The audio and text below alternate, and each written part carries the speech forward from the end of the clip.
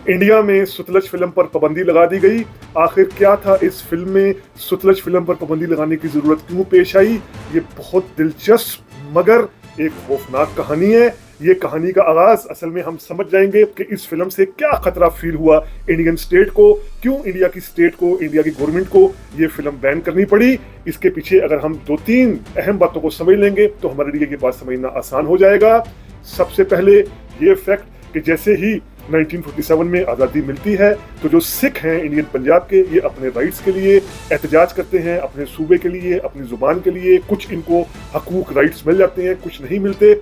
फिर 1973 में बहुत बड़ा वाकया होता है, बहुत बड़ा इवेंट होता है जिसे आनंदपुर साहब रेजोल्यूशन कहा जाता है। अब ये आनंदपुर साहब रेजोल्यूशन में जो सिखों की पार्टी अकाली दल होती है और जो बाकी पार्टीज भी होती हैं कांग्रेस के अलावा, यानी पंजाब के अंदर जो लेफ्ट की पार्टीज भी होती हैं, कम्युनिस्ट पार्टीज भी होती हैं, नेशनलिस्ट पार्टीज भी होती हैं, जो सिखों के हकूक की जमात अकाली दल है वो भी होती है, ये सब मिलकर आनंदपुर साहब रेजोल्यूशन एक तैयार करते हैं 1973 में, जिसमें ये मुतालबा, ये डिमांड की जाती है कि हर सूबे को, इंडिया की स्टेट्स को ज़्यादा से ज़्यादा राइट्स दिए जाएं, खुद मुख्तारी दी जाए। सेंटर अपने पास सिर्फ डिफेंस, करेंसी, कम्युनिकेशन जैसे ही डिपार्टमेंट्स रखे, बाकी हर चीज़ स्टेट्स को दे दी जाए। दरियाओं का राइट हो, रेवेन्यू का राइट हो, एजुकेशन, लॉ मेकिंग, सब कुछ इन्हीं सूबों को मिल जाए। अब इस आनंदपुर साहब रेजोल्यूशन पर जो पंजाब की पार्टीज होती हैं, चाहे वो लेफ्टिस्ट हों, लिबरल हों या सिखिज्म की बात करती हों, वो सब मिलकर एहतजाज करती हैं, प्रोटेस्ट करती हैं, मुजाहरे करती हैं, जलसे जुलूस करती हैं।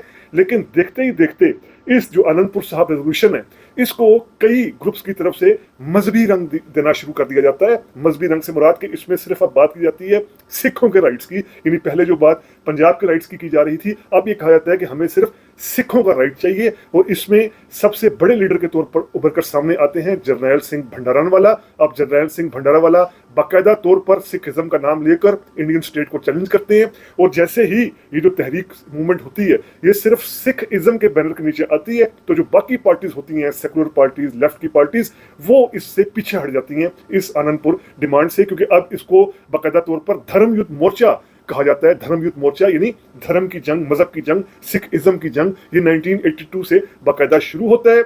इंडियन स्टेट को इस हद तक चैलेंज किया जाता है कि इंडियन स्टेट जून 1984 में ऑपरेशन ब्लू स्टार करती है, यानी अमृतसर में जो सिखों का सबसे मुकद्दस मुकाम है गोल्डन टेम्पल, वहां पर बाकायदा फौजी ऑपरेशन किया जाता है।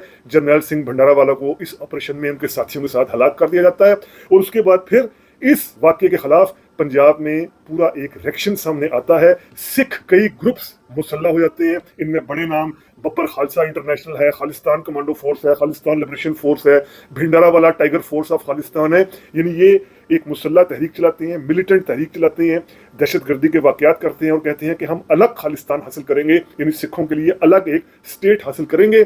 अब यहाँ से ये मूवमेंट तेज होती है 1984 से लेकर 1992 तक के 8 सालों में ये मूवमेंट पंजाब के अंदर बहुत ज़्यादा एक्टिव रहती है। लेकिन इसके साथ साथ जो इंडियन स्टेट है वो इस मूवमेंट को कुचलने के लिए भरपूर तरीके से इकदाम करती है। इसमें जो पंजाब पुलिस है, इंडियन आर्मी है, जो CRPF है या इंडिया की बॉर्डर सिक्योरिटी फोर्सेस हैं, वो बड़े पैमाने पर ऑपरेशंस करते हैं इन खालिस्तानियों के खिलाफ। और इसमें एक नाम उभर कर पुलिस अफसर का KPS गिल सामने आता है, जो पंजाब का डायरेक्टर जनरल ऑफ पुलिस होता है, यानी पुलिस का हेड होता है KPS गिल। अब ये KPS गिल कई बेगुनाह सिखों को भी मारना शुरू कर देता है। कई ऐसे जिन सिखों ने कभी टेररिज्म नहीं किया होता, दहशतगर्दी नहीं की होती, बेगुनाह होते हैं, मासूम होते हैं, उनको भी बड़ी तादाद में हलाक करना शुरू कर देता है। सिख औरतों का रेप होना शुरू हो जाता है। यानी पुलिस बहुत ज़्यादा ब्रूटैलिटी दिखाती है। अब इस ब्रूटैलिटी, इस जो पुलिस का जबर है, जुल्म है, इसके खिलाफ एक शख्स जो एक आम बैंकर है वो सामने आता है, जसवंत सिंह खालड़ा।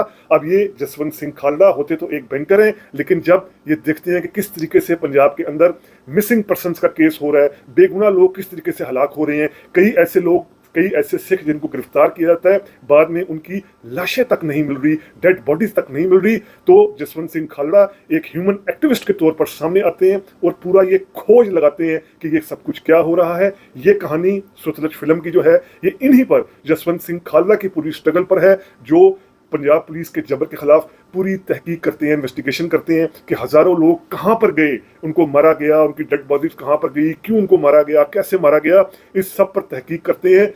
कई यानी 20 से 30 हज़ार ऐसी हलाकतें होती हैं जो अननोन होती हैं।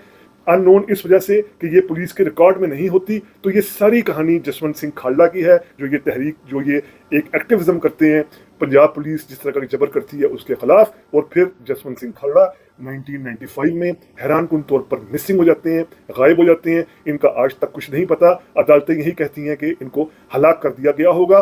तो ये वो कहानी है जसवंत सिंह खालड़ा की, सतलज फिल्म में जो दिखाई गई है। इसीलिए इंडियन स्टेट को एक थ्रेट है। हालांकि अभी बीजेपी की गवर्नमेंट है, जो सिखों के खिलाफ सारा ऑपरेशन किया गया था वो कांग्रेस पार्टी ने किया था, लेकिन उसके बावजूद चूंकि इसमें इंडियन स्टेट इन्वॉल्व है, इंडिया आर्मी, इंडिया की पुलिस, इसलिए इस फिल्म को खतरा समझा गया है, खतरनाक समझकर पाबंदी लगा दी गई है कि इससे कहीं इंडिया का स्टेट सिस्टम ही पूरा एक्सपोज ना हो जाए। तो ये फिल्म पाबंदी तो लगा दी गई, लेकिन ये फिल्म डाउनलोडेड सूरत में मौजूद है। बल्कि खुद इंडियन पंजाब के अंदर कई ग्रुप्स हैं जिन्होंने ये फिल्म डाउनलोड कर ली है और ये फिल्म अब दिखाई भी जा रही है।